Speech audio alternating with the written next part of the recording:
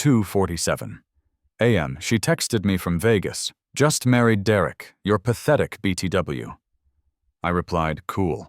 Name's Ethan, 47, systems analyst. The coffee was cold, the hallway bulb still flickering like it always did when she lied. Ever watched silence win a war? What would you have said? 47 a.m.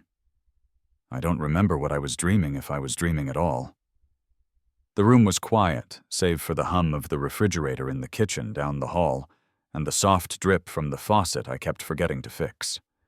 My phone buzzed twice, a faint glow lighting the ceiling in pulses. I turned it over. The message was there. Just married Derek. You're pathetic, BTW.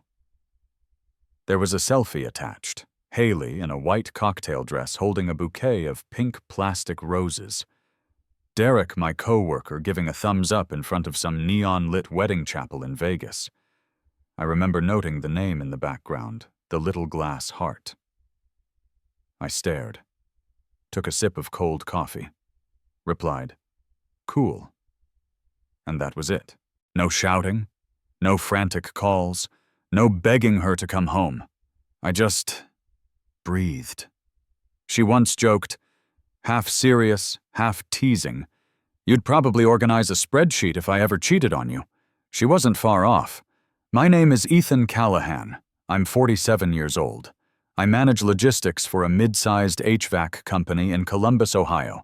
I alphabetize the spices in my cabinet, wash my hands exactly 3 times after cutting onions, and yes, I've kept every bank statement since 2004 in a fireproof box labeled Archive A. That night I stood in my kitchen, bare feet cold on the tile, watching the rain trace jagged paths down the window. Haley's cardigan was still folded over the back of the chair, cream-colored knit with one loose thread near the cuff. I didn't touch it. I opened my laptop and logged into the joint accounts. First step, freeze the cards. Second, update my personal banking passwords. Third, download and print the last 90 days' worth of transactions, just in case. I saved the screenshots of her message and the selfie to a new folder on my desktop. I called it Vegas Files. My hand didn't shake. Not once. By 3:12 a.m. I was on the phone with a locksmith. He was hesitant at first, odd hour, bad weather. But I offered extra. At 4:45 a.m., a young man named Marcus stood outside my front door in a windbreaker soaked through the shoulders. He didn't ask questions. I didn't offer answers. At 5:12 a.m., I turned the key in a new lock. It clicked soft, but solid. The hallway bulb flickered again. I didn't change it. I never do. There's something honest about the way it never fully works. I stepped into the garage and reset the keypad. The code had been 0308, our anniversary. I changed it to 1130, the day my father died. Seemed fitting. Loss marks time better than love does. Outside, the rain had slowed to a mist. I reached down, lifted the welcome mat with the cursive script "Come as you are," and folded it neatly before tucking it into the trash bin by the side door. Later, I'd order a replacement online, one that just says nope. At 6:30, I brewed a fresh cup. The old Keurig rattled like it always did, but still delivered that dark Columbia roast I'd grown loyal to. Haley never liked it too bitter, she said. I poured it into the chipped mug she once brought back from a conference in Tampa. The mug read, "I don't do drama." I smiled at the irony. I sat at the table, hands wrapped around the ceramic. Outside, dawn pulled slowly across the sky, spilling gray-blue light through the blinds. This wasn't heartbreak. It was something quieter, something like clearance. I took stock not just of my finances or my locks, but my body. I wasn't trembling. My breath was steady. There was a dull throb behind my eyes, the kind that comes from staying too awake for too long. But otherwise, I felt unburdened. Don't get me wrong, there were still questions. Why him? When did it start? Did she ever plan to tell me at all? But they were questions for someone else now, not me. Not anymore. The doorbell rang at 8:13 a.m. I glanced at the clock on the microwave, then opened the door. 2 officers stood outside. The older one held a clipboard. The younger one looked like he'd skipped sleep too. "Morning, sir," the older one said, voice calm but official. "Are you Mr. Ethan Callahan?" "I am." He exchanged a glance with his partner before continuing. "We're here regarding a report filed early this morning. Would you mind if we came in?" I stepped aside without speaking. The cardigan was still on the chair, quiet, like the rest of the house. I don't know what I expected that morning. Maybe a call from Haley. Maybe silence. Maybe regret. But not officers, not paperwork, not whatever this was. I hadn't yelled. I hadn't posted anything online. I hadn't even spoken a single angry word since 2:47 a.m. So what on earth could she have told them? As they stepped inside, the rain started again, soft, rhythmic, steady. I closed the door behind them and turned toward the kitchen. The coffee was still warm. "I'm not sure this is a police matter, ma'am." The officer's voice crackled through the radio as he stepped back from the cruiser, eyeing me with the tired look of a man who'd seen too many domestic disputes play out on suburban porches. His partner, a younger guy with stiff posture and a nervous grip on his notepad, hovered a few feet behind. "She says you changed the locks." The older one added, his voice low, almost sympathetic. I nodded. I did. A few birds chirped in the distance, the kind of spring morning where the world should have felt peaceful. Lawns were trimmed, a delivery van crawled past, and somewhere a lawn sprinkler clicked to life. Except here in this cul-de-sac, the drama had already begun brewing before noon. The officer tilted his head toward the front door. "Mind if we come in, sir?" "Not at all," I said, stepping aside. Coffee. They followed me in their boots, soft on the hardwood floors. Haley once said felt too cold, too perfect, like a hotel lobby. Remember? She preferred rugs, never bought one. The house was spotless, every picture frame aligned, shoes in the entryway placed like showroom samples. I hadn't touched anything out of place because there hadn't been much left behind. Haley had packed what she wanted and left the rest to me, or so she thought. We settled into the kitchen. I poured coffee into 2 mismatched mugs, one with a faded Yosemite graphic, the other a plain white ceramic I got free from a job fair back in 2003. "I figured you'd come," I said. The older cop nodded. "Ms. Monroe says you locked her out. Claims it's still legally her residence." I slid a folder across the counter, neatly labeled. Inside the house, deed signed 3 years before we ever met, recent bank statements showing the mortgage was paid solely from my account, and screenshots of the wedding post she made from Vegas. The one where she's smiling champagne glass raised beside a man in a shiny suit, captioned, "Just married, #new beginnings." The younger officer looked over the papers, his jaw tight, eyes flicking between the printouts and me. "None of this is fake?" I said. "I called a lawyer the same night she texted me. Everything's been reviewed." The radio crackled again. "Ethan." "What the hell are you doing?" Haley's voice blared through. "You can't just erase me like this." The older officer pressed the talk button calmly. "Ma'am, please remain calm. We're speaking with Mr. Harper now. This appears to be a civil matter. You don't understand. It's my home." I could hear the tremble in her voice, a strange blend of outrage and desperation, but it wasn't her home anymore. Not in name, not in deed, and certainly not in spirit. The older cop looked at me. "She says she left personal belongings behind." I nodded. "Everything she didn't take with her is in the garage, boxed, labeled, by room.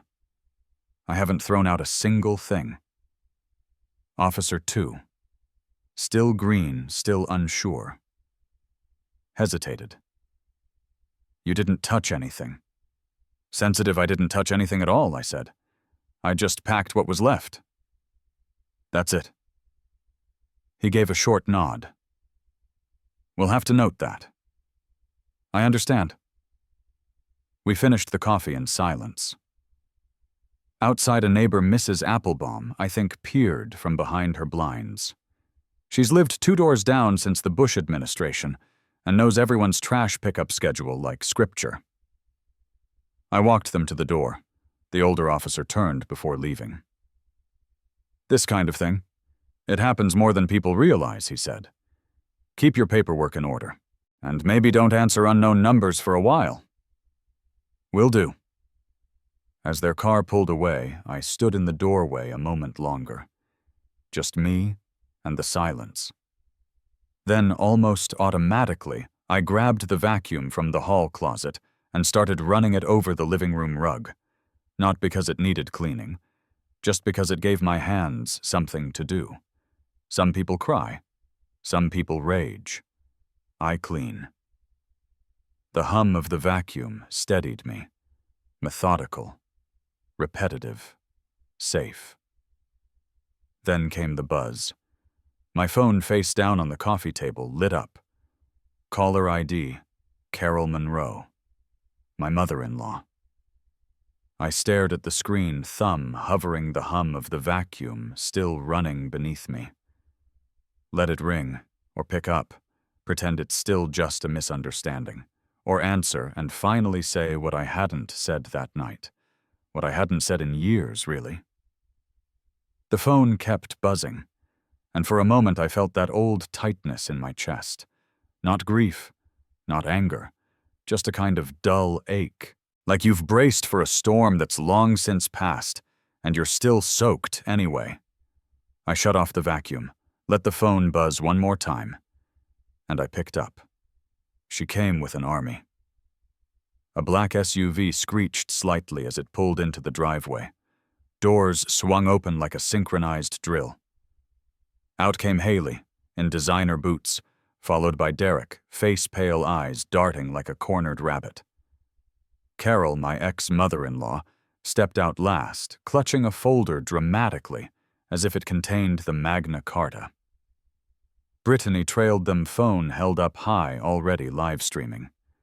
Her voice filtered through the screen. Hey guys, just a quick update on my sister's situation. I stood in the doorway, mug of coffee in hand. Rain had passed, but the air still carried that March bite.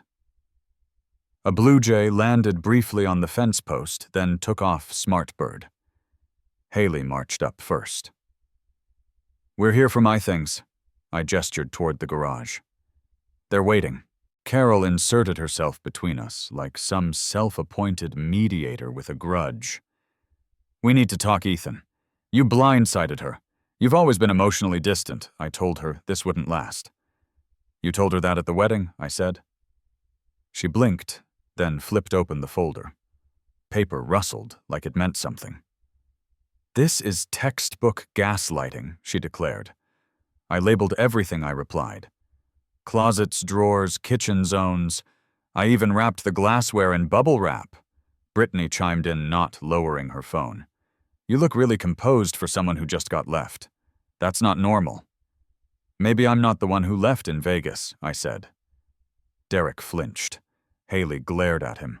I caught it just a flash, the crack forming in the power couple facade. Haley threw her arm toward the garage. Let's go. They filed in like a funeral procession. Boxes stacked neatly, each labeled shoes, books, makeup, drawer, kitchen, baking, and my personal favorite, shared dreams, please recycle. Derek stood by the blender box. You really did all this in one night? I nodded. Spreadsheet guy. Remember? Carol tried to make herself useful by opening one box and gasping as if she'd found contraband. You packed her shampoo. It was under the sink, I said. I assumed she'd want it. Brittany spun the camera toward Carol. He's literally mocking you. I checked my watch. It was 2:41 p.m. Then I turned to Derek. By the way, Derek, you still work at Midline Holdings, right? He looked up, startled. Just wondering, I said casually, since your wedding photo with a client's wife is public now. HR might find that interesting. He dropped the box of curling irons. Carol hissed, "You wouldn't." "I haven't," I replied. Yet. At the U-Haul depot, things got more cinematic. Haley handed over a card. It got declined. Twice. Derek had to pull out his own. His hands shook. I watched him enter the PIN. He looked at her, but she was already looking away. Not out of embarrassment. Out of calculation. He muttered, "Do you know how much this is going to cost?" She snapped. "You married me, didn't you?" They loaded the boxes without a word. Carol scolded the U-Haul staff for not helping. Brittany captured the entire thing with hashtags, #divorce. Drama, sister strong, gaslight survivor. As they prepared to pull out, Haley turned back. Her eyes met mine through the windshield. She waited. Maybe for a flinch, a twitch, a crack. I gave her none. She looked away first. By the time the taillights disappeared, I was already sweeping the driveway. Routine helps. My phone buzzed in my pocket. I checked it. Miles, my old college roommate. We hadn't spoken much since his Colorado move. Text read, "Found the old FB backups. You're going to want to see this." I stared at the screen. Sometimes closure knocks. Sometimes it sends receipts. Her version of the story had a hashtag. Mine had footnotes. I was at Blue Oak Cafe the night it started going viral. It was Thursday, the kind where Ohio couldn't decide between sleet or spring, and I sat in the corner booth, the one by the window with the cracked leather cushion. My usual. The jazz playing overhead was soft enough to fade into the walls. Someone behind the counter polished mugs like they were ancient artifacts. The smell of roasted beans was warm, forgiving. I'd been coming here long before Haley ever noticed it was too low-key for her brunch tastes. My phone buzzed once, then twice, then in a steady rhythm like a failing metronome. The first message was from James, in accounting saw Haley's video. "Damn, man. You okay?" Then Alyssa, a neighbor. I hadn't spoken to in 3 years. Did she really say you kept her from seeing friends? That true, I didn't need to ask what was going on. Haley had finally played her card. The one she hinted at during our fights when she'd say, "People always believe the woman first." She wasn't wrong. I tapped the screen. There it was, a video titled, "My Truth." Please be kind.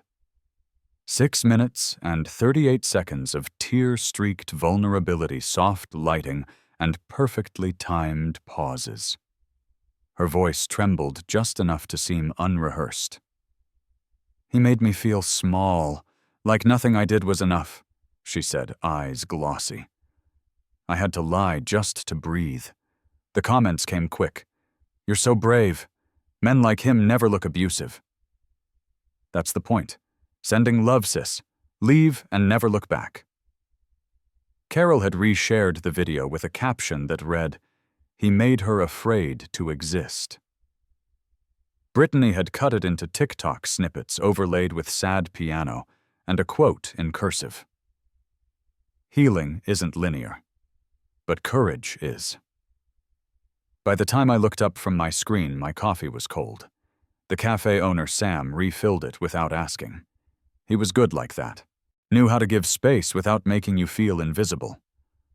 I stirred in the cream, slowly watching it swirl. Some things dissolved. Some exposed themselves. Miles texted just then, "I've got it. Dropping by in 15. He arrived carrying an external SSD drive in a canvas bag with the NASA logo on it. sat down across from me, popped the lid off his thermos, and said, "Facebook Messenger backups. Full export.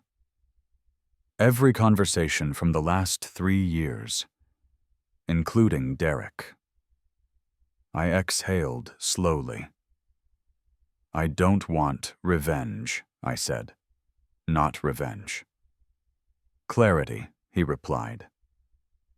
That night I opened a new folder on my laptop, titled it simply Context. Inside I posted screenshots. Nothing emotional, no rants, just images. Dated, watermarked.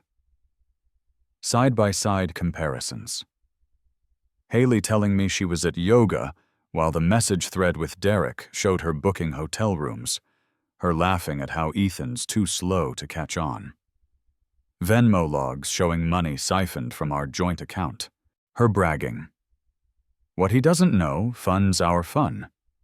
No captions, no hashtags. The next morning I woke to a slow shift in the comments under Haley's video. Wait, is this about the Vegas thing? Did you see the screenshots? He just posted receipts. She posted vibes. And then, maybe let's not jump on the sympathy train so fast. By noon, a thread titled, "That Haley woman is not who she pretends to be," was trending in a local forum. Carol tried to repost the video again, this time adding, "Believe women." But someone replied with a Dropbox link titled, "Believe evidence." I didn't say anything else publicly. Didn't need to. The truth, quiet as it was, had started to echo. The calls came next, some apologetic, some curious, a few defensive. But then came the one that stunned me into silence. My phone buzzed. The name flashed across the screen, Ellen Klein, Derek's mother. I answered on the second ring. "Mr. Callahan," she asked. Her voice had the weary crispness of someone who had once commanded PTA meetings, and now commanded no one. "Yes, I'm calling about Haley," she said. I waited. "My son. He's not doing well. He's losing sleep, money, sanity." I didn't respond. Then she said it. "You need to take her back." There was a silence that felt both long and thin. "Ma'am," I said finally. "Your son married her." She sighed. "He can't afford a wife like that. You handled her. Maybe you should again." I ended the call. Back at the cafe, I stirred my second cup. The cream swirled in predictable circles this time. It no longer blended like before. Some things stay suspended. Some things they sink. She wore white. To court. A crisp, sleeveless dress that caught the morning light like it had something to prove.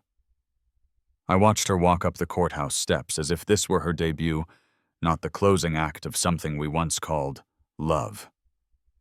I didn't say anything. Just broke a piece off my pretzel and chewed slowly, salt burning the inside of my cheek. The pretzel vendor outside Franklin County Courthouse gave me a nod, like we'd known each other in a past life. Maybe in some strange way we had men who watched other people walk away and somehow kept breathing. The air was still. A pale gray sky hung overhead like it hadn't decided if it wanted to rain. Spring in Indiana is like that, always somewhere between memory and mud. Inside the benches were cold.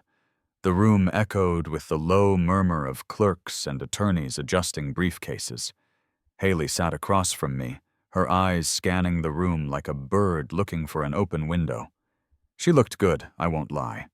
There was a time when that would have hurt. Now I just noticed Judge Alston was a woman in her mid-50s, sharp eyes, no patience for performance. She wore readers low on her nose and looked at the room like we were all about to disappoint her. The bailiff called the case. Franklin County Civil Docket, Case 32D-01-2403-DR00458. Haley Rice versus Ethan Rice. Funny how your whole life, Your wedding, your mortgage, your dog's vet visits can get summarized into a string of numbers and syllables. Haley's attorney stood first. Young guy, well-tailored, rehearsed, and sweating through his collar. Your Honor, my client deeply regrets the incident in Las Vegas. She was under considerable emotional distress at the time, the result of prolonged neglect and alienation within the marriage. Neglect. That was rich. He launched into a 5-minute monologue that sounded more like an audition tape than a defense. Haley stared straight ahead, jaw set. Carol, her mother, sat in the back row, clutching a beige handbag like it held salvation. When it was our turn, my lawyer, Linda Carr, stood slowly. A woman of few words, dry wit, and the patience of someone who plays chess during hurricanes. We submit digital evidence, Your Honor. 73 pages of correspondence. She didn't bother dramatizing it, just placed the folder gently on the table like a teacher returning graded exams. The judge flipped through the pages, pausing on one. Her lips moved silently as she read, then stopped. She adjusted her glasses and read aloud. Can't wait to see his face when I'm gone and he has nothing. The words sat there heavy. Haley shifted in her seat. That was taken out of context. The judge didn't flinch. You typed it. You sent it. You meant it. Silence. Carol muttered something under her breath, too soft to catch. Probably a prayer, or a curse. The ruling didn't take long. Divorce is granted. Mr. Rice retains ownership of the marital home, personal assets, and vehicle. Ms. Rice is ordered to pay 6 months of alimony based on the certification funding provided by Mr. Rice prior to the separation. Haley blinked like she hadn't prepared for that possibility. She had played the game like she was untouchable. But numbers don't lie. Texts don't lie. People do. I didn't smile. Didn't flinch. Just took a slow breath and straightened my tie. That was the win not in the ruling, but in the silence I chose.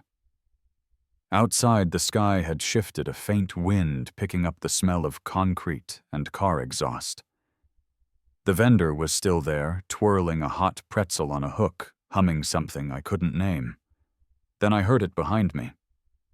You thief. It was Carol's voice, sharp as glass. I turned just in time to see Brittany Haley's sister throw her coffee. It missed me entirely. And hit Ellen, my aunt, who'd come just to hold my coat and be kind. Ellen gasped, clutching her scarf, now stained with mocha. The mothers began yelling. Carol screamed something about decency. Ellen barked back about class. A security guard stepped in, radio crackling. I didn't move, just kept walking. The pretzel guy nodded at me again. This time I nodded back. Didn't say a word. The text came at 10:38 p.m. You ruined my life. I stared at it for a while. Not because I didn't know how to respond, but because I already had. I am, actually. Thanks for asking. I hit send. Then I turned the phone screen down, the light from it still seared into the back of my eyes like an afterimage of a camera flash. The message didn't shake me. Not anymore. If it had arrived 6 months earlier, I might have crumbled, gone, looking through old photos, replayed every argument, maybe even drafted a reply I'd never send. But I wasn't in that house anymore. Not physically, not emotionally, not even spiritually. That place and the weight of her in it had been replaced. My new condo was modest quiet. It came with tall windows and a view of a city that didn't care what you were going through. That kind of apathy, it was liberating. Saturday light poured in through the windows, slanting across the hardwood floors, and catching on the steam of the coffee I poured. The mug read, "Just me." A thrift store find, but it made me chuckle every time. There were new habits now. I watered the plant on the balcony before noon. It hadn't died yet, small victories.